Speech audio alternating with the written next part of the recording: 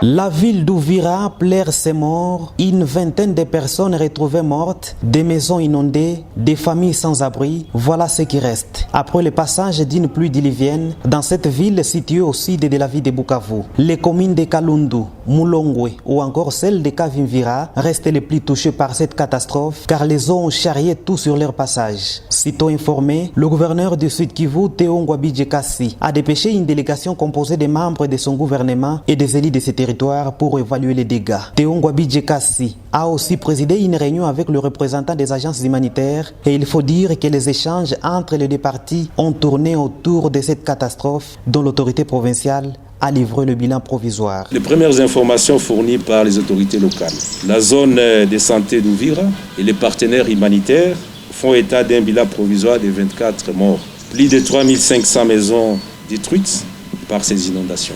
Plus de 45 blessés suivent des soins à l'hôpital général de référence d'Ouvira et à l'hôpital général de Kasenga. 77 790 personnes sont touchées et nous avons dénombré la destruction de 3500 maisons avec 5500 ménages sont concernés. Les recherches continuent pour retrouver les probables disparus.